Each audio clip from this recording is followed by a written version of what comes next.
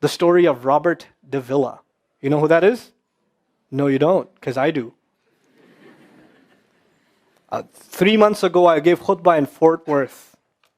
I haven't been to that masjid in 4 or 5 years, and they invited me for some reason, and I went.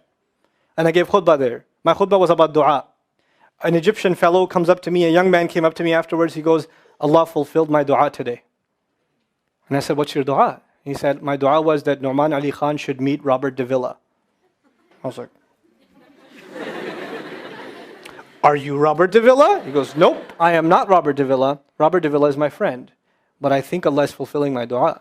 I was like, fire away, I want to know. Robert Davila is a young man who lives in a town 40 minutes past Fort Worth. He was a farmer, young guy. And he was hit with some sort of genetic disorder that kicked in later on in his life, and he became paralyzed from the neck down. And he lives in a nursing home. Most people in that nursing home are 90 years, 100 years. They're really, really old people. And then there's, his room where he's paralyzed neck down. He's the only 30-something-year-old that is in the nursing home, okay? And he's been in that nursing home for the last 10 years. His family got a computer for him that's voice activated, so he can give voice commands, put a headphone on and Google stuff and search stuff so he can surf the web and find information. And his best friend was in the bed next to him. One of his best friends. He became best friends because he met him at the nursing home. This person was also paralyzed and he needed a new liver. Okay?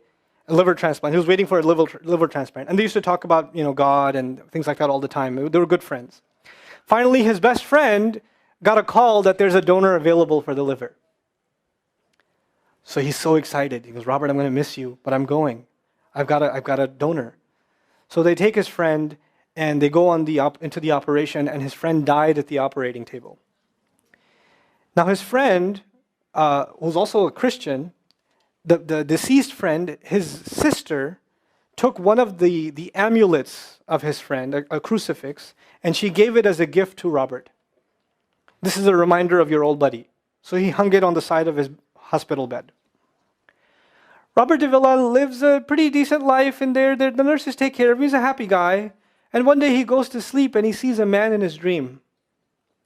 That man says his name is Muhammad. And he says, pointing at the crucifix, God did not send messengers so they would worship the messengers. God sent messengers so you could worship God. And Jesus was just a man. He walked in the markets and he ate food. And the dream stopped. He only knows that Jesus was just a man. He knows there's a man named Muhammad that said that to him. He said that messengers came so people could worship God and not the messengers. This is all he knows. So he starts Googling Muhammad. He finds Islam. He takes Shahada.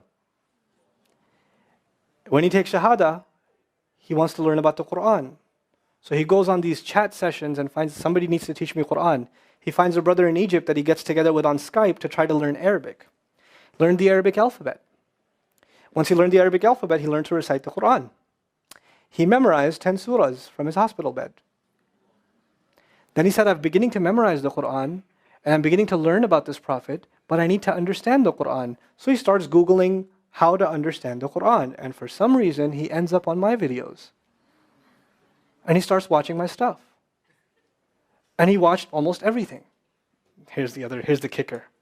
In the nursing home, there was an Egyptian fellow that used to come in and do some repair work.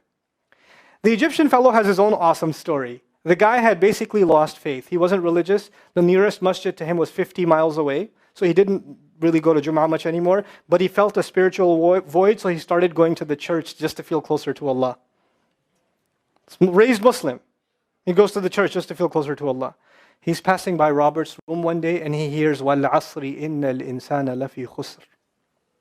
So he walks into his room and says, Robert, what are you listening to?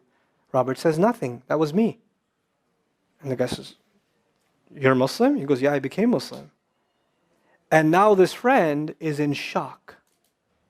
How does Allah guide someone in the middle of Churchtown, USA, in a nursing home, with a crucifix on the side of his bed that he doesn't even have the physical strength to move, and the guy himself says, I want to come back to Allah.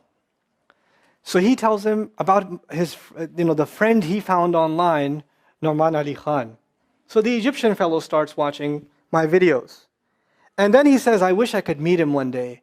And he says, okay, I'll pray for you. And after 5 years, that Egyptian friend shows up at the same masjid that I haven't been to in 4 years. And after Jum'ah says, I think Allah wants to fulfill my friend's dua and my dua. So I said, I think He does. Let's go. So I took a few of us and we went. And we met with Robert. We had a beautiful conversation with him. And inshallah, for Eid, we're going to go to his nursing home again. The nursing home was pretty shocked. You're all here to meet Robert? Like, yep. Yep. Why do you want to meet him? He's an inspiration. I'm like, okay, let me check if we can. And they had to call the hospice administrator and all this stuff, and then eventually let us in. And Robert's in shock. And then I meet with Robert, we're talking, and I was like, hey, Robert, so I heard you memorize some surahs. He says, yeah. Can you recite one for me? So he recited Surah Al-Asr. Not one of us was not crying. We're just in tears. When somebody turns to Allah, don't worry about the means. Guidance will come. I want to tell you some more about Robert because young guys are here. Young guys that are healthy. Young guys that have ambition. I told you, what's his paralysis? From where to where? Neck down. He has a special wheelchair that has to hold pretty much every part of his body in place. He can't just sit in a wheelchair. It holds his neck and it holds every other part of his body in place because he has no control over his limbs. And he has to have a special van where the wheelchair locks in so that if it goes through a bump or whatever, he doesn't, receive the shock. So he made a request. He wants to go to the Friday prayer. They didn't have the special van, so they put him in a regular van. And so he went to the regular van and a few bumps and his spine got even more hurt. He went to Jumu'ah. He came back in excruciating pain. And they said, I'm sorry, Robert, you're no longer able to sit in your wheelchair. You're going to have to stay in your bed for the next 6 months at least. If you see recovery, then you can get back up again. I met him in that span. He had already been in that bed for 3 months already. And the reason he was in that bed is he went to the Jumu'ah prayer. And he told me about the Jumu'ah prayer. He said, I've never felt more peace in my life than I was in that masjid. And you know what I'm going to do, Brother Nouman? When I can sit in my chair again, I'm going to go to Jumu'ah. I'm going to go to the masjid because I've never felt like that before. There's someone who has nothing but control over his mouth and his eyes. And he says, I only find peace in the masjid. And here we are.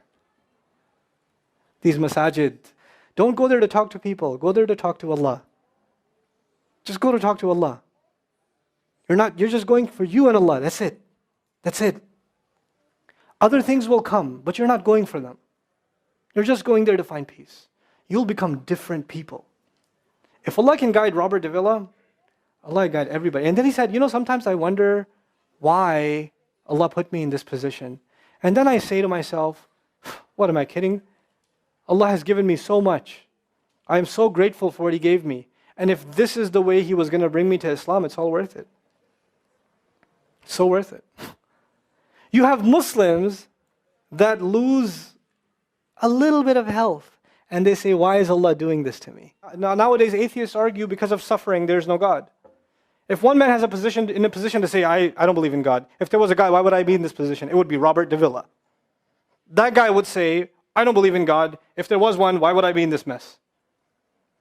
And yet he's in this position, and I've never seen a face with more nur. Never.